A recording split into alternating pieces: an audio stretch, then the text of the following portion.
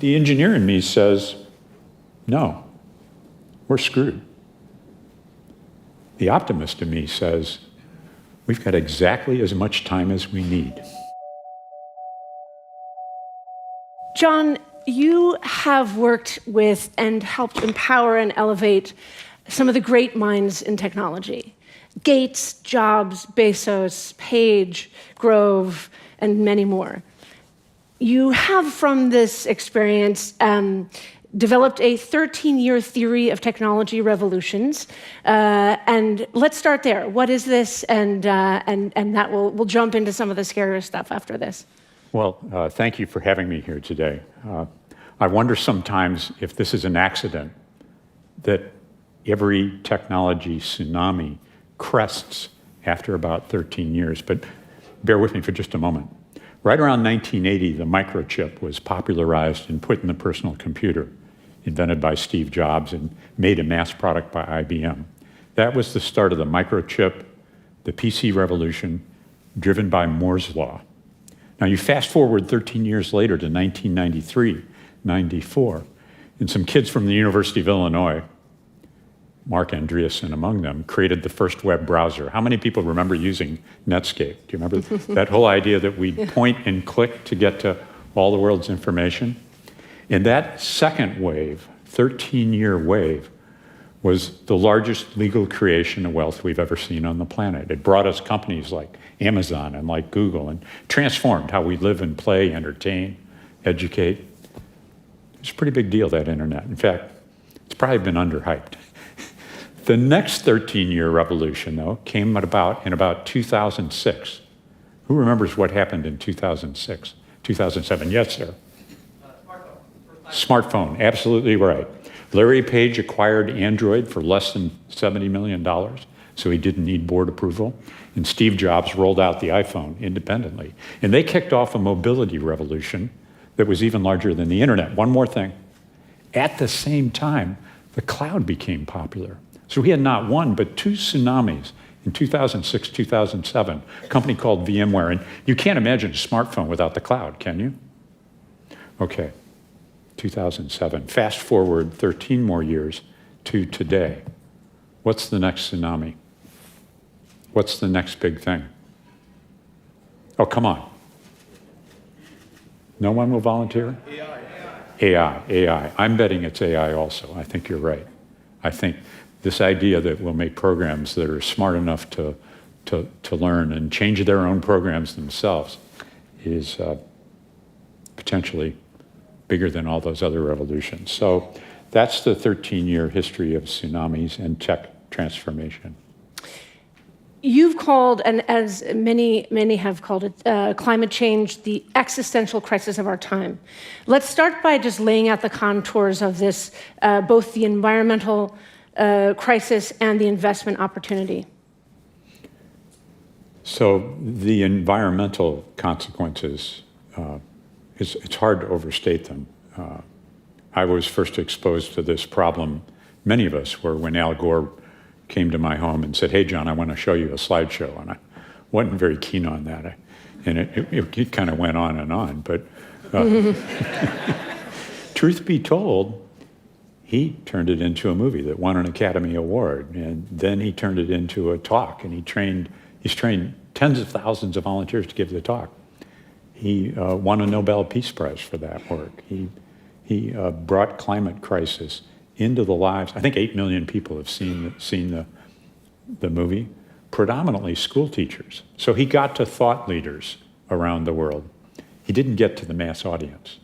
We didn't change public opinion because, let's see, I guess that was shortly after Gore versus Bush, where the Supreme Court, by a vote of 5-4, decided we weren't going to count all the votes in Florida and said we were not establishing a precedent in establishing that ruling. But from 2000 till today, we lost almost 20 years in a battle that we needed to start back then to deal with the fact that we're dumping 140 billion tons of CO2 in the atmosphere every day as if it's some kind of open sewer for free. Now, the public is coming around to the consequences of this. Fires in California, once every 500-year floods in the United States for the last 3 years running. We won't pay the price. It'll be the 100 million people in Africa who are going to starve because they can't grow food if we don't get this existential threat under control. I want to make it personal for just a moment. Right after Al Gore's movie, I had some friends over to the house, some of my good Republican friends. We talked about the movie and global warming. And is global warming occurring or not? Pretty much agreement then. Is it man-made? Well, that wasn't so clear around that period of time. So we went around the table, and then we got to my 16-year-old daughter, Esther. I asked her what she thought about all this. She said, you know, Dad, I'm scared and I'm angry. Your generation created this problem. You better fix it. John, the recent IPCC report said that we need to reduce planet warming emissions by 50% in 10 to 15 years to hold steady at 2 degrees of warming, which is a staggering challenge. Can we meet this challenge? And we'll get into the how after the can we. That is the question. I want to do a little bit of, I'm an engineer from Rice University. I want to do a little Rice math with you for a second. If we have to reduce, as the IPCC says, net greenhouse gas emissions by 50% between now and 2030, maybe 2035, but let's just say 10 years, in order to have a 50-50 chance of living in a world with a 1.5 degrees centigrade increase in temperature, which is a huge change. That means every year we've got to reduce net emissions by 6%. 6% next year in 2020, 6% more in 2021 to get a 50% reduction. I want to tell you, we have never reduced greenhouse gas emissions on our planet, ever. They've only gone up. And there's no reverse gear. We cannot un-emit them once they're there. And they're in the atmosphere for thousands of years, wreaking havoc on the world we live in. We're going to live with our kids. So the engineer in me says, no, we're screwed. The optimist in me says, we've got exactly as much time as we need, no more, to solve this problem, because it's fundamentally a problem of speed and scale, scale and speed and scale. We've got to take every element of our energy infrastructure and system and reimagine and recreate it so that we have zero net carbon emissions by 2050. That means no more internal combustion vehicles. Let's get into some of those examples, but before, let's give these guys a sense of one of your leading projects on this, the $1 billion Breakthrough Fund. Can you just lay this out, the vision for it, and then we'll get into some of these interesting technologies that you're investing in? I want to do that. Can I just have a quick show of hands, though? How many think that we can cut greenhouse gas emissions by 50% in 10 years? How many think we can't? That's the challenge of our generation. There's 2 tracks to be pursued. One of them is for 2030 and beyond, where we get to net zero emissions. That means we got to make steel without using carbon. We got to make concrete without using carbon. We've got to grow crops without emitting carbon. And in fact, we've got to pull carbon back out of the atmosphere. That's what I call the technical track. And so you asked about what are the innovators doing? And I want you to know something important. Bill Gates has decided to make climate a top personal priority for him, a top priority. That's what he's going to be talking about publicly. And so for this Harvard dropout, self-educated innovator in everything from latrines to malaria to take on this world challenge, I think is a wonderful thing in itself and calling for innovators around the rest of the world. So Bill called a couple of years ago and he said, you know, John, the venture capitalists aren't investing enough in climate. You guys were early at Kleiner, but we have so much to do. And so he organized in pretty short order a $1 billion breakthrough energy fund. Everything I'm going to tell you about it right now is on the web. They've made 33 investments in 2 years. They've issued 5 grand challenges. I can cite examples of the kinds of companies that they create. And this evening I'm flying to Seattle for a quarterly board meeting of this expert ACE team. We want more funds like that, more teams that are encouraging innovators and entrepreneurs. If you go to MIT and you survey the faculty there, the grad students and the faculty, about what field they want to work in, they say climate. A third of them do. $1 billion fund for the technical track, right, for the innovation. And you've got $500 million raised so far, is that right? Oh no, then the second path that we've got to work on is with the technology which we have already, we've got to change policy. And we got to do it now so we can get 6% reductions next year. We're going to get to policy, but I want to just dive into some of these details. Buildings, transportation, manufacturing, agriculture, and electricity. Those are the five sectors. These are the 5 sectors. And of them, electricity is the easiest to change most quickly. And this gets to your point about scale and speed. So let's talk about scale and speed in electricity, and then a few more examples about what we're doing in transportation. We'll talk about EVs a bit. But electricity in particular, how do we do that? How do we get to zero carbon electricity? Well, we got to stop building coal plants. We got to turn off the ones that we have running. And we got to replace them with renewable sources of energy. And solar and wind, everybody knows, are getting cheaper faster than anybody thought. That's the good news. The problem is, what do you do when the sun's not shining or the wind's not blowing? And for those, you need long-duration batteries, not short-duration batteries like lithium-ion cells, but some new innovations. You also need effective long transmission lines, DC transmission lines. So when the wind's not blowing here, it's still blowing in Kansas, and we can ship that clean electricity to Chicago and do that around the world. Do that in China, do it in India, do it in places where people are struggling for electricity. And by the way, the Indians, they ought to burn coal to get electricity for their 1.2 billion people. But we got to get them off coal as fast as we can. If we electrify energy and then electrify transportation, if the cars are all electric, that's 25% of the problem. Can we do it in a decade? How do we move electric cars from being rich boy toys Teslas are toys for rich boys to the industry standard? How do we get from this sort of this luxury good to the mass adoption of electric There's a vehicles? couple paths to get there. One, I was struck by, Chuck Schumer put an op-ed in the New York Times last week about his campaign to have only electric vehicles in the United States by 2024, I think he said. And he said, I'm going to align 3 great forces in American politics. They're going to be labor. They're going to be climate.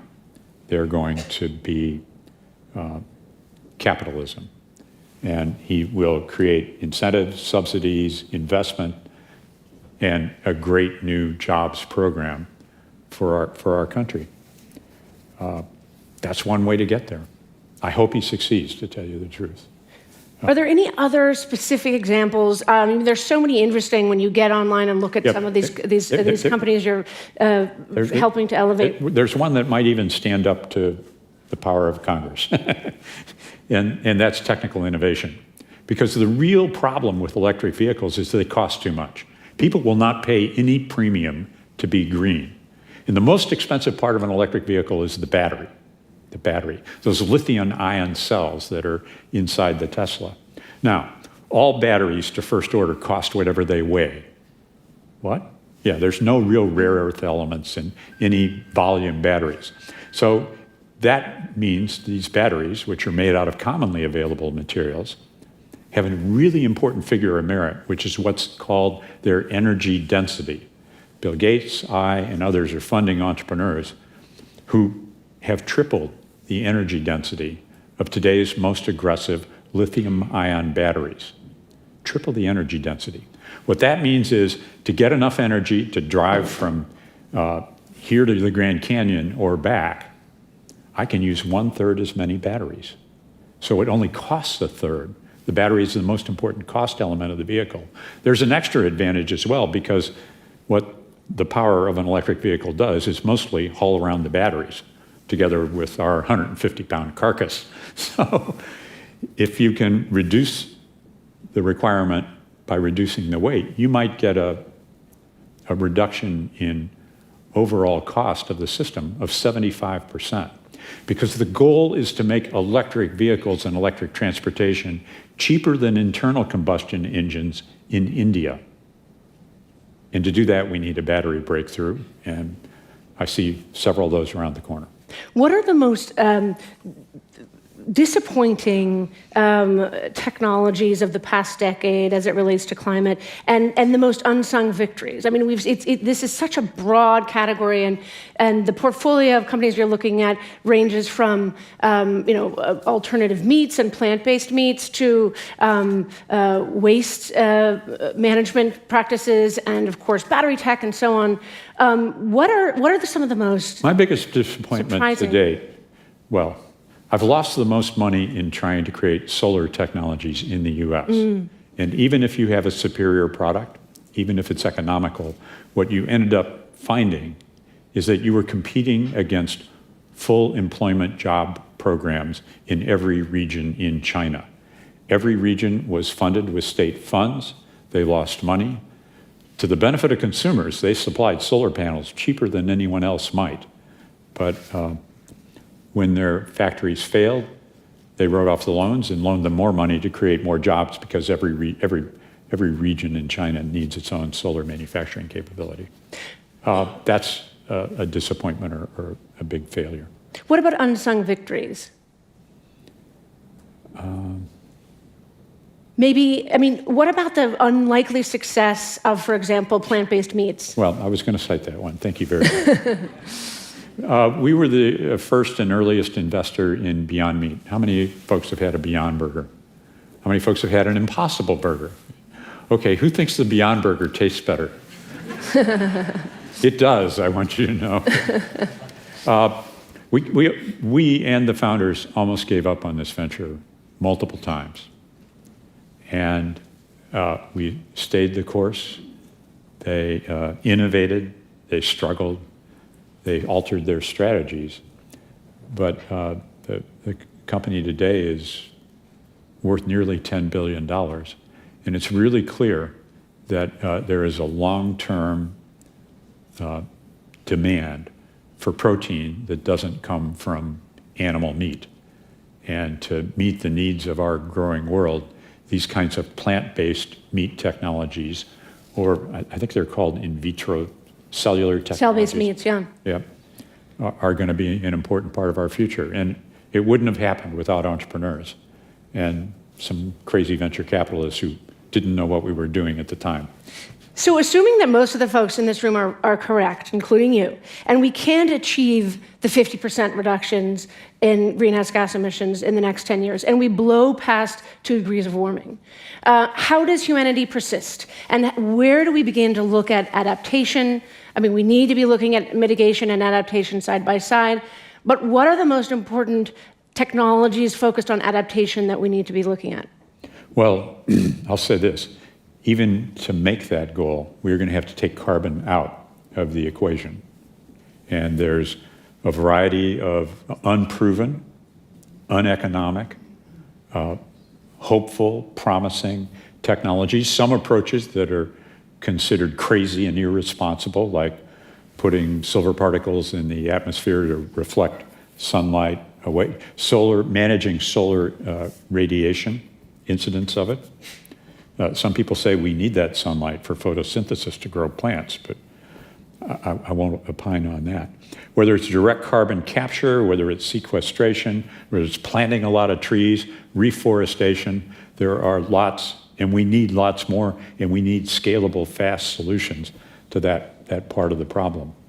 I think the scariest book I've read recently is one by David Wallace Wells called The Uninhabitable Earth. And he describes what the world would be like if we get to 4 degrees, which is perfectly within the range of outcomes that the IPCC forecasts. One of the most optimistic books I've read recently is called The Fate of Food by Amanda Little. And she... I didn't put him up to it. There's no exchange of money. She talks about what we're going to eat in a bigger, hotter, and smarter world. But we will definitely be dealing with adaptation as well as mitigation. I want to quickly get up on people's radars, measure what matters. It doesn't really need to be because it's already been a #1 New York Times bestseller. Why did you write this book? And just briefly, because I have one final question. Okay, so this is not a business book. This is a handbook of stories. And it's stories of how a dozen different entrepreneurs, startup entrepreneurs, big company entrepreneurs, nonprofit entrepreneurs like the Gates Foundation, how they got their teams to do what you want your team to do, namely, achieve operating excellence. Achieve excellence in whatever your mission is. And it was a great gift to me from Andy Grove, who invented this system, OKRs. And I started giving talks about it and realized anytime I gave a talk, I felt really inadequate. So that's why I tried to write this book and a forthcoming second edition, Measure What Matters. Let's come back to the very first comment you made about your daughter, who I now is not as much older than 16, but we're hearing so much important anger and civil disobedience from young people today. It's probably the most powerful force and renewable resource that we have in the climate movement. Can you comment on that, the importance of young people in the future of climate and climate stability? I think it's one of the most optimistic things about this movement. I'm an enthusiast. I say bring on the extreme weather. We need more of it faster to get the message out because we've got to change the political will. And Greta Thunberg, have you heard her, the strike she's staging? She's angry. She's verging on depression and lectured the United Nations that we adults do not have the moral right to do what we've done and leave them with that world to live in. I think youth anger and civil disobedience are one of the most optimistic parts of how we can mobilize everybody to do exactly the right things at speed and scale with the very limited amount of time we have left. So would the takeaway be invest in shrewd, climate-smart technologies and help foment and support and lift up the angry youth of today? That's one recipe. People come up to me and say, so John, what can I do that would have the most effect? And I would say, elect the right leaders. Elect the right leaders in the next set of elections. There's more to do than that. Elect the right leaders. Thank you, John Doerr.